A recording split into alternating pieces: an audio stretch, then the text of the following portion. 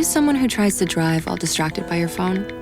Someone who props it on the steering wheel, or peeks down at it for a glance, or just scrolls and scrolls? If so, you could be the next person to get into a fender bender, get a ticket, veer off the road, or even cause a crash that kills you or someone else. Enough already. Put the phone away or pay. Paid for by NHTSA.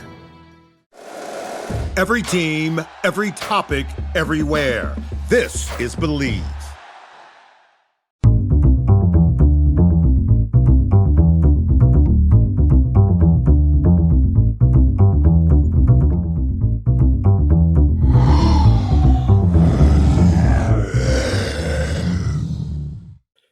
And welcome back to Raising Howl.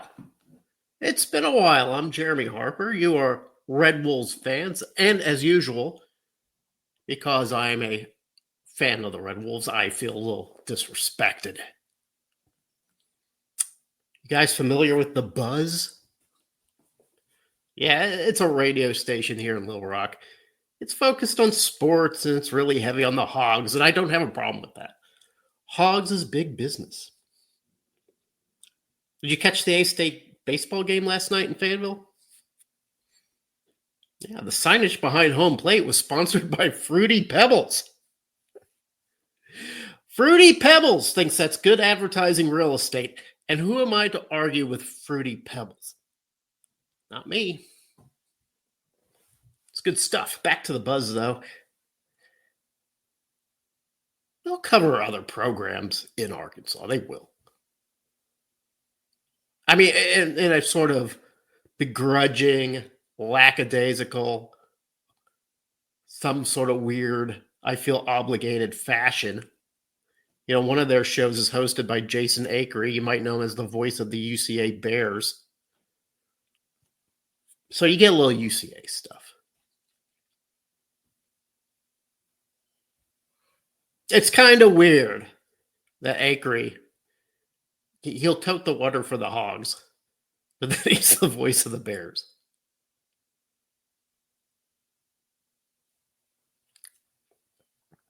I don't know. I guess it's not weird. It's just a guy making a living. Every now and then, if Butch Jones is in town, one of the shows might get Butch Jones on. It's the Buzz. It's Randy Rainwater and Rick Schaefer and David Basil and Justin Moore. And a host of middle-aged hog boomers. They're really most of them are just hog boomers. They're about 1,000 years old. You see them on those commercials for Oaklawn Gaming.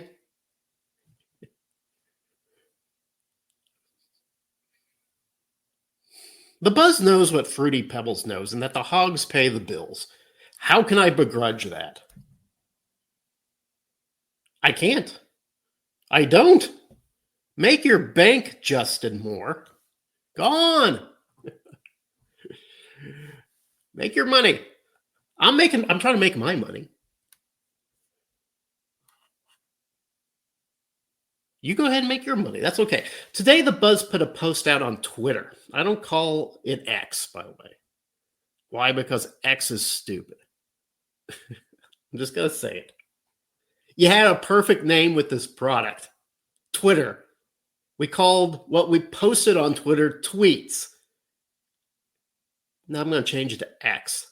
Well, what are you going to call a post that you put on X? I will just call a post. You took something that was kind of unique and fun, and you turned it into something stupid. X. Is that supposed to be kind of cool? X, man. X. What does it even mean? It doesn't mean anything. It's just X.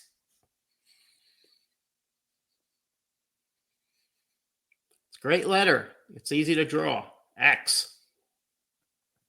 You know what X is? X is what you write when you don't know how to write your name. You put an X there on the dotted line. Anyway, the Buzz put out a poll on X, on Twitter. Hashtag David Basil. Hashtag Roger Scott. Would Arkansas losing to Arkansas State in football be as embarrassing, more embarrassing, or less embarrassing than the loss to North Texas? Yeah, think about that. They're not positioning it as, a game between two rivals, a game between in-state programs that are literally in the same division of football. No, they're gauging it based on embarrassment. Why do Arkansas State fans hate us? We have nothing but respect for. That's bullshit. They don't have respect. You ever hear a Hog fans say they're also fans of A-State? Yeah, listen, I live in Arkansas. I live in Little Rock. I have a lot of friends who are Hog fans. I don't begrudge them for that. That's fine. Go ahead and you be a Hog fan. Do not expect me to be a Hog fan, though. There are a lot of expectations that, because the Hogs are in Arkansas, I too should be a fan. Why? Why do I have to be a fan of this program? All they do is belittle my program. That's all they do. You may have Justin Acre in your pocket. You don't have me.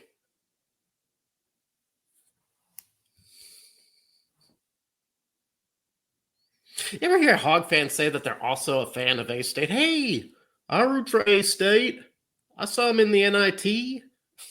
When their bowl game was on, I didn't watch it. I was rooting for them. They're not fans. Look, they recognize that the program exists, okay? I guess that's good enough. But ask them, do you own any Red Wolves merchandise? Have you ever seen a game in Jonesboro? Ask them to name one Arkansas State player. Not one that used to play for the Hogs, because that's just bringing it back to yourself. Name me an Arkansas State player. If you are a fan, you can at least name somebody on the team, right?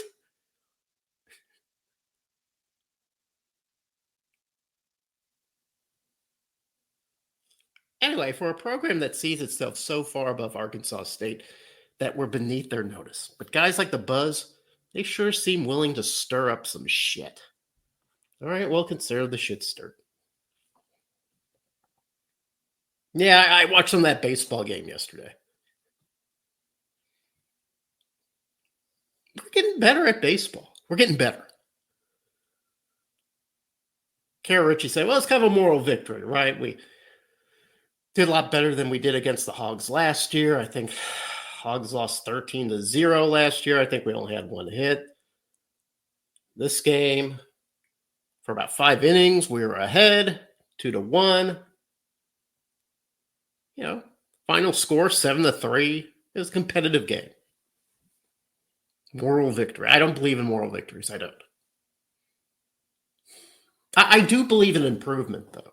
I do believe in recognizing when a program is getting better. I'm not that big of a snot not to say, okay, well, Arkansas State baseball has improved, because it has. Red Wolves have the second lowest ERA in the Sun Belt right now. Like 3.8, something in that neighborhood. That's 3 runs lower than Arkansas State's team ERA from last season. 3 runs lower. That's progress. We're even on track for making the Sun Belt tournament. We didn't make it last year. I don't think we made it the year before either. That's progress. Am I on the bandwagon? Well, yeah. I'm Hellraiser.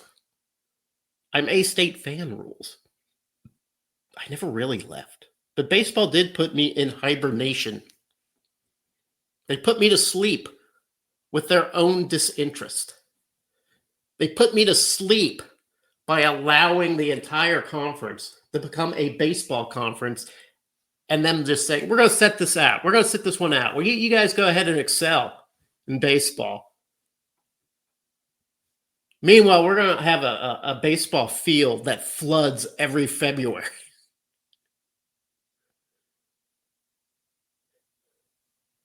No, suddenly the team cares. The school cares. I was in hibernation, but man, I am farting myself awake. I'm starting to care. And when you start to care, that's when you make yourself vulnerable. Yeah. You start to care. You begin to believe. You open up your hearts. That's when your heart gets broken. Okay, I'm willing to make this risk for Mike Silva. I like what I see from Mike Silva. He seems like a hard-nosed guy, right? Where's the hard hat helmet? Looks like he's in good shape. Got that ERA down. Maybe we can get some hitting next year. I don't know. That'd be cool. Meanwhile, what are you waiting on, Ryan Pannone? We're waiting. New head men's basketball coach, Ryan Pannone, was introduced to Arkansas State Nation last Friday. And since then, it's been a little quiet. A little quiet. Pannone isn't Hodgson. By this time in his tenure, Hodgson had wrangled a few portal plungers back from out of the portal. Remember? Pulled out Caleb Fields. He pulled out. Who else did he pull out? Terrence Ford. He pulled out Isaiah. Pulled those guys right out. Said, hey, I want you to be part of the program. That was the first big news. They announced some new additions, right? Brought in some guys for some bigger programs. Pannone, much more quiet. He's made some offers to some JUCO players. As far as I can tell, he's got 3 offers out.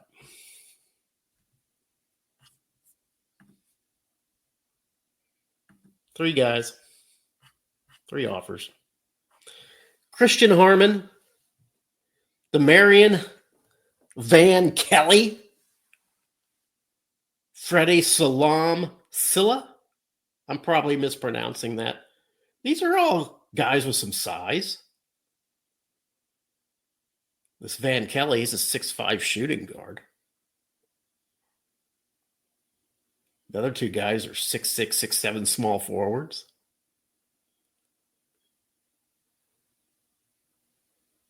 They're JUCO guys. I think one might be from Jackson State. I'm not sure.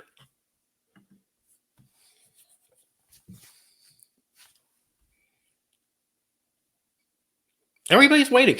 We're all waiting. And we're kind of setting ourselves up for a team of JUCOs, aren't we? That's fine. You can build a team faster with JUCOs. Yeah, I guess. Over on the gridiron, Brian Vincent of ULM showed us that building a team comprised of JUCO players can give you a bump in wins. Will they go from 2 wins to 5? Should have made a bowl game this year. Couldn't get that 6th win. But yeah, brought in a bunch of experienced hands from JUCO ranks. And those guys can play. Let me tell you, they can play. They're in JUCO. They're in junior college for all kinds of reasons. Sometimes it's grades. Sometimes, they're just looking for a fit. They need to refine a few things. They come back. They know how to play the game. They're already coached. They're ready to go. They're plug-and-play guys. South Alabama and Richie Riley.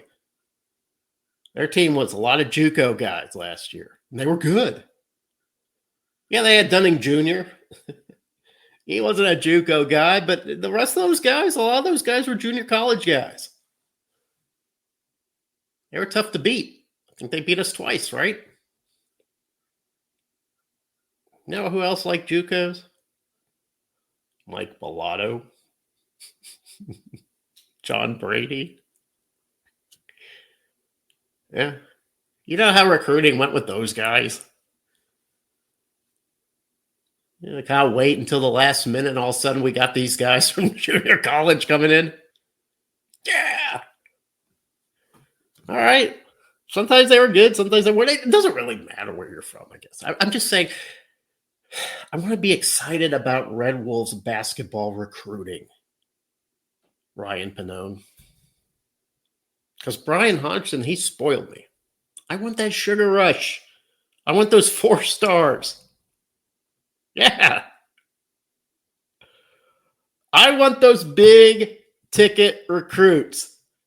And I want those big name transfers. My God, you showed us you can do it at Arkansas State. That's not fair to Pannone. But man, that's where I am. I'm spoiled. Give me that juice. I don't want to try to figure out if 17 points a game for, I don't know, Oklahoma City, West Community College. I don't know. I don't want to know if that's good for that. I don't want to have to figure it out. I'm too lazy. I'm too old. Well, listen, Pannone can make me a believer. He can. I'd like to see the plan. Who we got. Because right now we don't have much of anything firmed up on the roster. We got one of the Johnson guys. I guess both Johnsons are there. I like those guys. Got St. Clair. He's still there. Yeah. Rashad Marshall, he put himself into the transfer portal. He stayed for a while, right? He kind of stayed out of it. I don't know. Was he waiting? I like him to stay. He's got size. He's a Arkansas kid, local guy. I liked him to stay. I don't know if Pannone wants him to stay. Darian Ford did appear at the unveiling on Friday. He was there. All right, so he's interested. Terrence Ford, I don't know. He might be interested. I don't know. I don't have any insight to that. Does Pannone want them? What does Pannone want? I don't know. I guess we'll see. All right, I'm going to change the subject just a little bit. I don't like novelty football turf. Central Arkansas's purple and gray, it's gross. Coastal Carolina's teal field, yuck. Eastern Michigan's asphalt-colored gridiron, it makes me queasy to look at. It does. Boise's blue field, it's a gimmick. It gives reporters something to talk about for 10 minutes. That's all it does. Please stop doing it. Don't let your brand be the, hey, we have a wacky colored football field brand.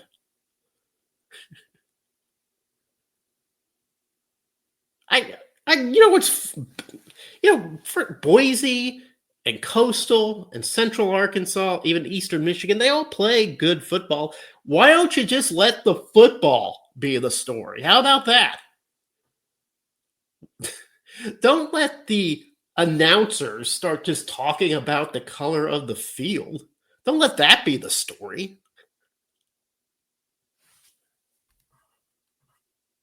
You don't have to listen to me, though. Let's finish this up. Red Wolves fans, is it time for a logo update? Yeah, I don't know where this is coming from. We were on the Funbelt podcast last night. We're talking about Sunbelt logos. Which are the good logos? Which are the bad logos? To me, there are no really just bad Sunbelt logos. There's some I like better than others. I like the Cajuns chili pepper, to tell you the truth. I think that's a good logo. It's fun. It's unique. The Panthers logo for Georgia State, not so good. I don't know why. I wish that Georgia State, they talk about being from Atlanta, they're the city school. I wish they were something a little more about Atlanta. I don't know what that is. Panthers, to me, that's I don't know, that's a high school logo. I don't know. I don't know why they chose Panthers. Heck, why did we choose Red Wolves? I still don't know why we did that, except the wolves are cool. They have teeth and they howl.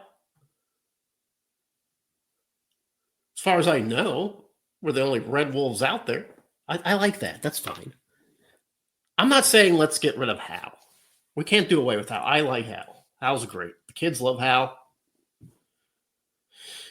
But is the front-facing wolf a little 2015? We're encroaching on 20 years with this logo. 3 years, it'll be 20 years, right? Does it need a refresh?